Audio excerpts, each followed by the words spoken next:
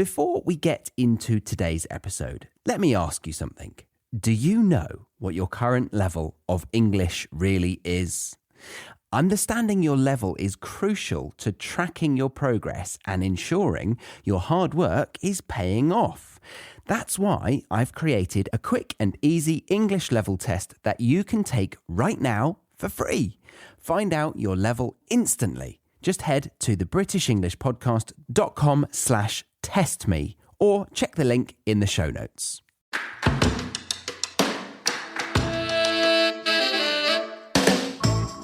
Hello and welcome to the British English Podcast. If this is your first time listening, then please feel free to head back to the first episode and work your way through the full catalogue of episodes. And you'll see that this show is all about helping non-native adult learners of English to better understand British culture and British English. And in today's show, I am going to interview a British person to find out all about their career, the industry in which they are in, and the journey they have been on because, well, I find them interesting. But I also think these interviews tend to shed light on the cultural significance of that industry and how it is thought of in the country. And thinking about it, that's actually one of the biggest culture shocks I get whenever I find out that a specific industry is regarded in one way in one country and then completely the opposite in another. I think teaching is respected in very different ways in America and England, and I find that fascinating. So today we are going to be interviewing a professional dancer from the UK who is called Daisy Hardy.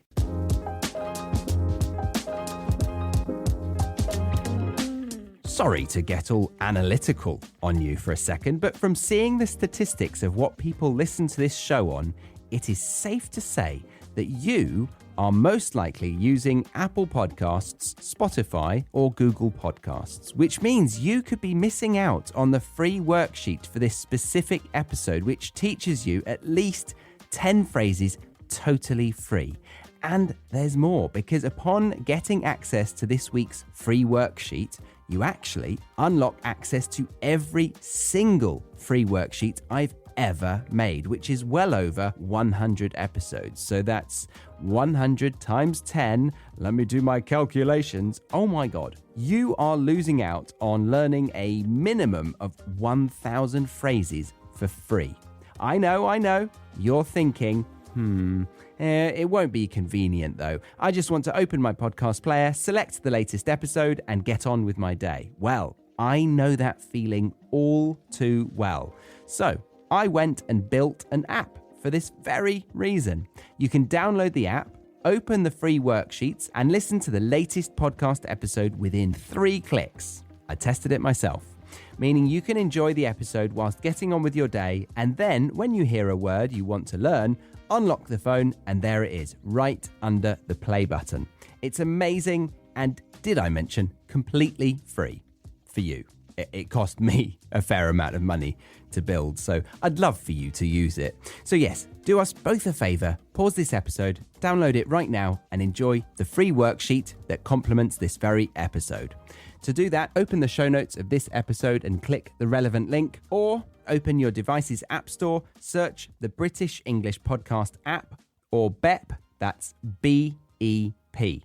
Oh, and if you're not wanting to get the app, then just head over to the website, thebritishenglishpodcast.com/freebies. That's F-R-E-E-B-I-E-S. Go on, pause, download the app, and resume. You won't regret it, I promise. How are you doing today? Hi, I'm good, thank you. How are you? Lovely to hear. Yeah, I'm good. I've just come back from a dog walk because we've got 2 dachshunds or dachshunds now. How would you pronounce that word, that dog breed? Good question. I have to say I'm not an expert on my dog breeds. I would probably say Dachshund. Dachshund, yeah. Or we could say the nickname Sausage Dog. Sausage Dog. A Dachshund and a Sausage Dog. Yeah, cheeky little sausage dogs. We're not going to talk about sausage dogs all day long, but one of them doesn't like walking with just me. So she only likes to walk if Stacey is with me. So I feel quite rejected a lot of the time. Yes, we went on a walk today and successfully completed it. What was your day like today so far? It was good, thank you. It's been a day of teaching so far, teaching all day, different students, English lessons. Okay, so that has already introduced us to your other side of the other industry that you're in, which is, of course, teaching English. And that's how we know each other, isn't it? Exactly, yes. Yeah. Let's see. What came first, the teaching or the dancing for you? I guess that depends on how you look at it, in a sense of what was in my life first or what became my profession or my career first. Yeah. I have danced from the age of 2. So I guess in a lot of ways, dance came first. In a professional capacity? Not in a professional capacity, more in a putting your fairy wings on and running around the room kind of capacity at age 2. We've all been there. I would say. Then I kept dancing as I grew up. I did the traditional route that many girls in the UK take. I think a lot of us in the UK, we grow up doing ballet, modern dance, tap dance. That's quite a normal hobby for a girl to do after school in the UK. Yeah, it was in my family. I have 2 older sisters and they both went. I was actually dragged along. I don't think I admitted that to my friends. And I did a couple, maybe a term of dancing. Wow. But I hung up my ballet shoes pretty early in my career. Did you feel like you took to it like straight away? Did you think, oh, I'd love a bit of tap? Tap was always my thing, I have to say. And what is tap? Tap is not popular all around the world, I have to say. When I moved to Spain, I lived in quite a small town and I was looking for tap dance classes. And I came across some very confused faces when I was asking about this. They thought maybe I meant flamenco. I tried to explain it's not exactly flamenco. It's quite close, quite similar, lots of similarities. Tap dance is where you have the metal taps on the bottom of your shoes, one on the toes and one on the heel, and you make the rhythms, the beats, the music with your feet, basically. Yeah, it's a good explanation. You literally tap to the music, don't you? And you make lots of different, the light taps and the dark, the heavier stomps. They kind of give the rhythm Different some depth. tones. Yeah, tones. Exactly. Yeah, okay. A bit like drumming, I would say. Drumming, but with your feet. Drumming with your feet. Have you ever wondered if you're making real progress in your English learning journey? Knowing your level is the key to recognizing your improvements. I have a fantastic tool for you, a free English level test that gives you an instant result. Take a few minutes now to discover your level and continue your learning journey with confidence. Visit thebritishenglishpodcast.com/testme or click the link in the show notes to find out your level of English today. Drumming with your heels and all different parts of your feet, really, yeah. And so that was early on. What age do you reckon you went for your first tap class? So I started with ballet age 2, then probably went to modern aged 4, and let's say tap would have been around 5, 6 years old that I started, I think. Now, ballet is probably a lot more recognised, I assume, especially in Europe, right? Yeah, ballet is quite universal.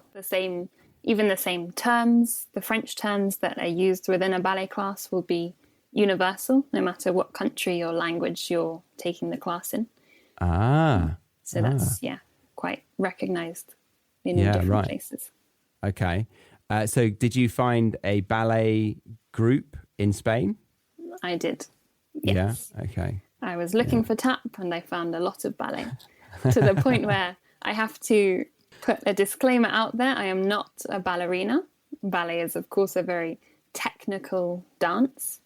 And if you become a professional ballerina, it's a very different, specific world within the dance world. And all of us as dancers, we train in ballet and we take ballet classes as a form of fitness, as a form of keeping the body in shape and technically ready for everything. I'm definitely not a professional ballerina.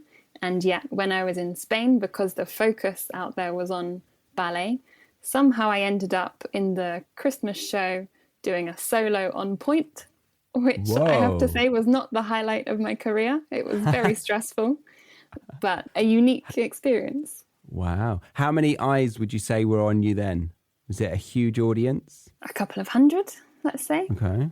Pairs of eyes or? Yeah, pairs of eyes. A couple of hundred spectators. Okay. And that was ballet and you were doing a solo. And you were on point, which I understand means you're on the top of your tiptoes. Exactly. On point is where you wear the specific point shoes that have blocks in the end of the ballet shoe that help you to, when you rise up, you rise through demi-point, we say, which is where you just stand on your tiptoes, and then you keep going onto the very tips of your toes on top of those blocks in the shoe. Yeah, a very painful process. Do you find it painful even to this day? These days I would not be found dancing on point, but yes, probably I would still find it painful. So you started when you were 2. Did you go on to point when you were 2? No. You are very much encouraged by all ballet teachers to wait for the feet to be fully developed, to be strong enough to be able to rise onto point, and that usually wouldn't happen before the age of 14, I want to say. 12, 14. 12, 14. That's when a female's foot is fully developed, would you say? Perhaps. It could be. Or male. I don't know why. Well, I was talking to you, so I assumed female. I think I wanted my feet to grow beyond the age of 14, but I don't think they did. 12, 14 is the safe point in which you can try to go on point. Go on point? Yeah, to go on point. Yeah? Okay. Exactly. Yeah. The dancing started at a very early age. So I assume you weren't teaching English before the age of 2? No, that's correct. I was just dancing. The languages started during high school, I would say. Started the language learning? The language learning, yeah. Right. We started French lessons probably when I was in year 3. And then in high school, in year 8, I had a choice between German and Spanish, and everybody was choosing Spanish. So I chose German, just to be different. I didn't want to be rejected. I didn't want to choose Spanish and be told, no, you have to study German. So I thought, I'll just choose German straight away and know that I'll get my first choice. Oh, is this showing us a peek under the hood of the psyche of Daisy? Quite possibly, yes. Although the German teachers at my school were also particularly nice, friendly teachers. So that probably also played a role. Right, I see. So you went for the German for those reasons. And when did you think about teaching? Honestly, for a long time, I said the one career I definitely think I won't go for is teaching. I think that's what a lot of us do as we're going through school. I knew I liked languages, and it was quite clear early on that that was what I was best at school and what I would probably go on to study at university. Although I also knew the whole time that I wanted really to be a dancer. And every time we would have careers days or careers talks or anything of the sort, I would say, yes, I know what I want to do. I know what I want to be. I'm going to be a dancer. And the response, I was at quite an academic school with quite a lot of pressure. And so the response every time was, that's great, that's fantastic. At the weekends, as a hobby, that's lovely. And I would say, no, but surely you can be a dancer as a career. And I was convinced by everyone around me that no, that wasn't a career and I should choose something else. That's interesting. Okay, so in the UK, well, in your experience, we're refrained from pursuing a career in dance generally. In all things artistic, I would say. In all things artistic? I think it is changing. I know that at the point where I left school, there was no one to support me in saying that that was possible. But then a few years later, some girls I know who would have started high school as I was leaving, by the time they were leaving, which was a couple of years ago, dance was a GCSE, dance was an A-level, and they actually went straight to dance school from my school. Right. So it's changed a lot in the past 10 years. And after university, after going to dance school, is there more available for like jobs out there now, do you think, for dancers? Do you mean more in comparison? More opportunity compared to when you graduated? Because you said that there's more opportunity to learn the arts and they're encouraging us to learn it all the way up till university level, right? Mm-hmm. But I'm wondering, do you think there's more opportunity to be a professional dancer than there was before? No, I wouldn't say so. Particularly, it seems a bit back to front, I guess. Definitely since COVID had a big effect on the industry. And it's only now, I would say this year, that it's really starting to bounce back. So that plays a part in how much is available. Now, I don't want to bash your industry, but how do you feel about TikTok dancers?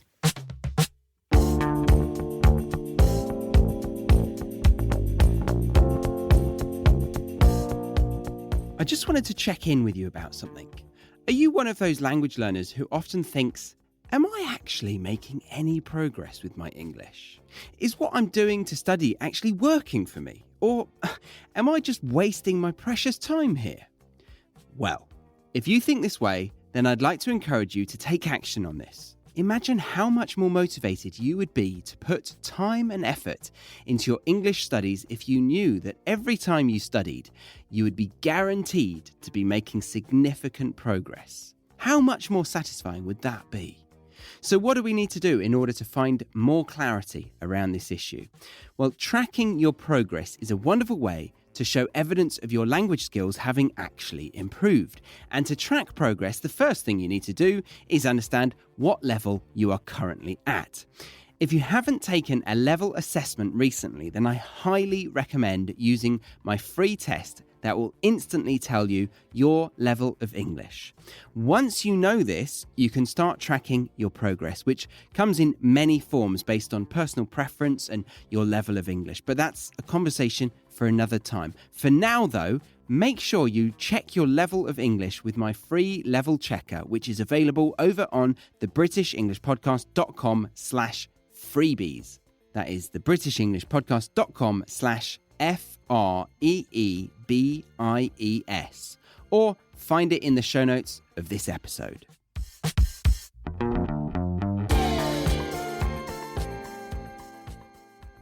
Interesting question. Because they make money, the ones that get a lot of following, they make money from doing dancing.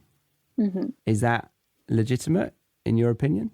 Yeah, why not? I did see something interesting recently of couldn't tell you their names off the top of my head, but a TikTok couple of two professional dancers who made this TikTok saying that when they were training as dancers, they were really encouraged in terms of how we market ourselves in the industry. They were really encouraged to use social media, get yourself out there, to put your name out there, to show what you can do, to really utilize social media as a tool to market yourself as a dancer. So they went onto TikTok and they've created this TikTok page, gone viral. And now as choreographers, they applied for a job recently and they received a response saying, sorry, we don't want TikTok dancers or TikTok influencers. We want real choreographers. Oh my God. And it made them, of course, very frustrated and angry at how things have turned out based on the advice they were given at the beginning. So it can definitely be looked at in different ways. People have different opinions of it. Was that a very prestigious school or like a job that they were trying to apply for? I have no idea. No idea what that was for. Yeah. So you got to be aware of what you're putting out there, I suppose. Maybe if I was to apply for a job in a Cambridge university, they would say, sorry, we don't take podcast English teachers. Who knows? Maybe you should try. See what happens. Okay, so let's go back a bit to where you grew up so we can understand what kind of your circle of friends and family represents, really. Where in the UK are you from? I'm from Hertfordshire, which is just outside London, just north of London. And I was born in Watford And then we moved when I was quite young, when I was about 7 years old, we moved to St Albans, which is the next door city. Both very typical commuter towns for London, I would say. I would, dance-wise, I would often, as I was growing up, be taking the train into London to take class at different studios, because that's really where the dance scene is. And so a lot of the time when people ask me where I'm from, I would say I'm from London, because I feel like I've spent a lot of time in London growing up, but really I'm not from London. If someone then says, where in London are you from? They'll realise that I'm from Hertfordshire, which is the next county. Yes, I see. And where in London would you spend your time in dance schools or studios, roughly? Mostly as I was younger, it would have been Pineapple Studios. Okay.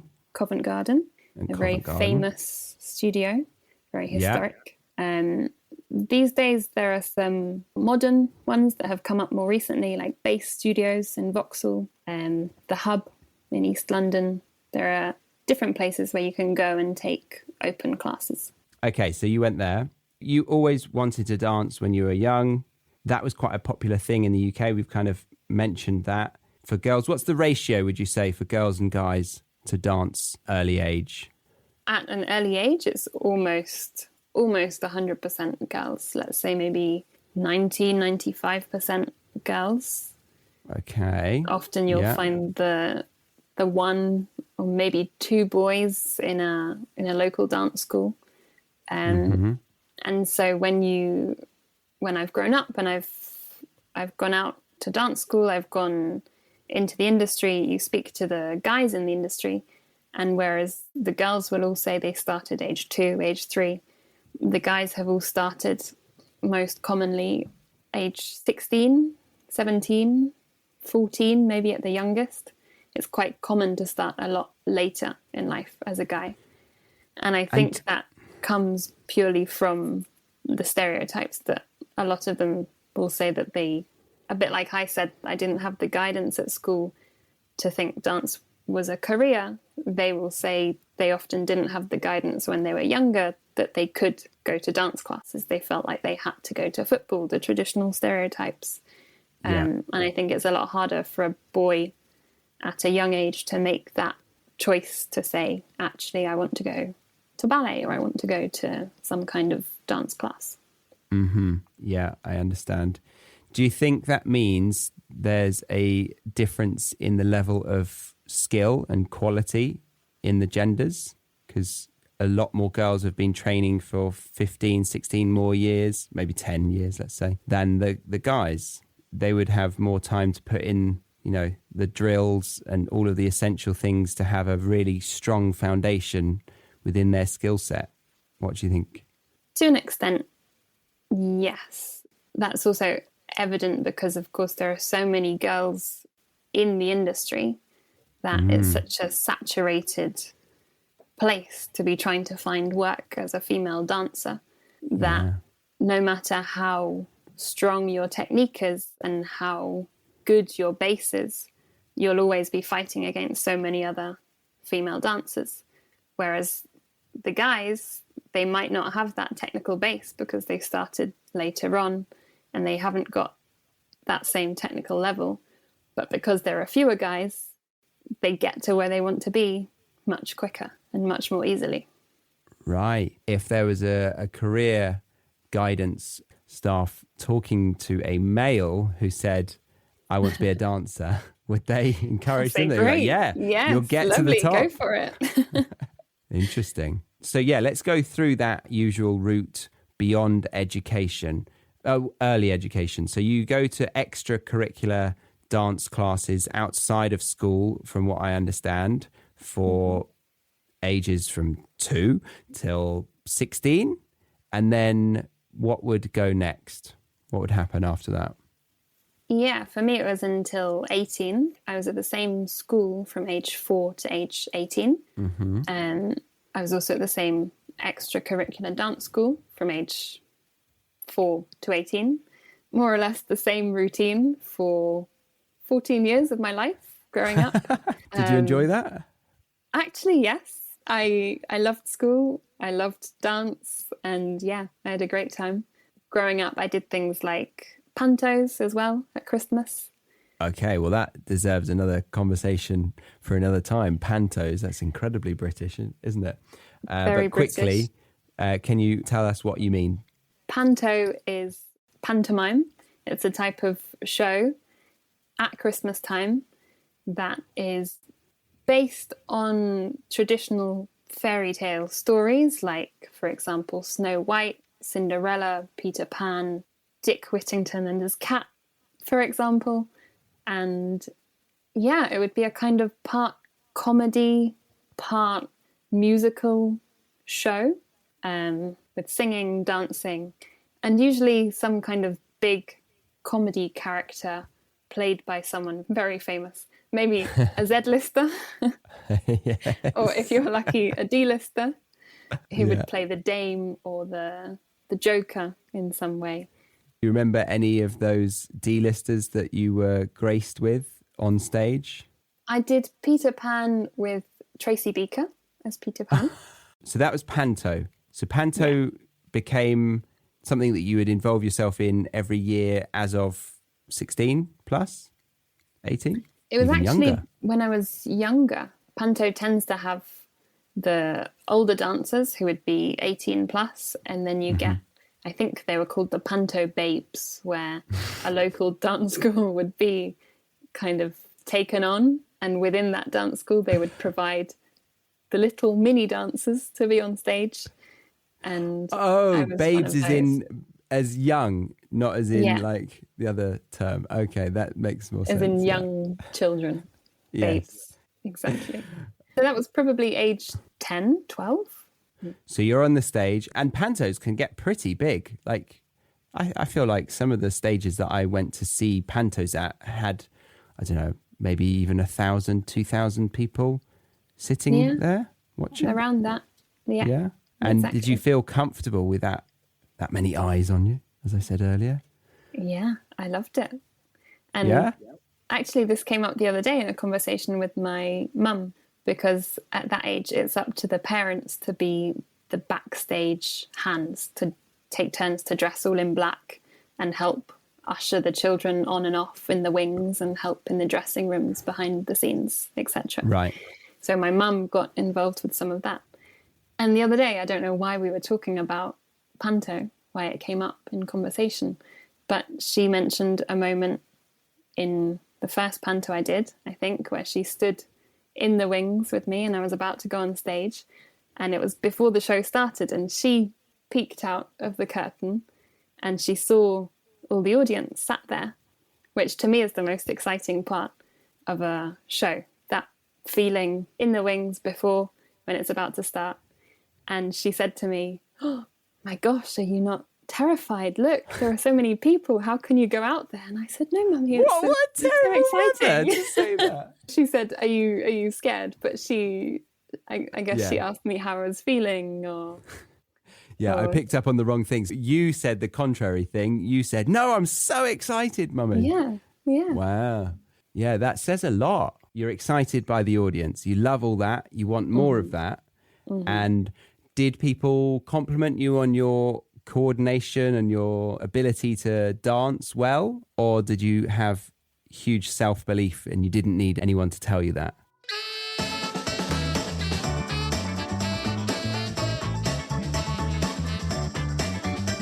We will leave it there for part one of today's episode. Thank you very much for listening up to this point. If you did want to listen to part two and part three of this conversation, then you can head over to thebritishenglishpodcast.com and check out the premium podcast or academy memberships. The premium podcast gives you access to the full conversation along with extended glossaries, transcripts and flashcards, whereas the academy gives you all of that plus exclusive videos and audios for the season-based episodes, explaining the vocabulary, exampling them, giving you quizzes, writing assignments, and weekly speaking classes on Zoom. We met because I was looking for somebody to help me with classes in the academy of this podcast. And you've been helping me out in there for a year now, I think. A year and a bit. A year and a I think bit. so. We're over a year. Yeah. Yeah, and it's been amazing on my end to have such a talented teacher helping in the academy. So yes, thank you very, very, very much. But you also do one-to-one lessons as well. Can you tell us a little bit more about what you do within the teaching world? I teach online one-to-one English lessons through italki and through Verbling. I also have some of my own in-person students, but most of my online work is through those two websites. Recently, I've also jumped onto TikTok and I've been making some TikTok videos. I also have a YouTube channel, but that's been quite neglected recently. I've been focusing a lot more on the TikTok. Nice. I will put all of the links in the show notes. What is your YouTube channel? British English with Daisy. British English with Daisy. And your TikTok? British English with Daisy. There we go.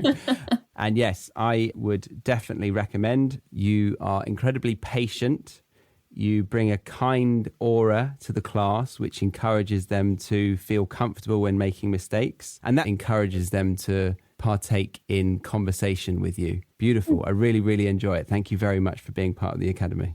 Thank you, Charlie. I appreciate that. It's been an honour teaching for the Academy. I think you've got some wonderful students and it's been really lovely getting to know them. Nice. Yeah, they are a wonderful bunch. But if you were just here for part one of this conversation, then I thank you very much for stopping by. I hope you enjoyed the show. Do grab that free worksheet by clicking the link in the show notes. My name's Charlie, and I will see you next week on the British English Podcast.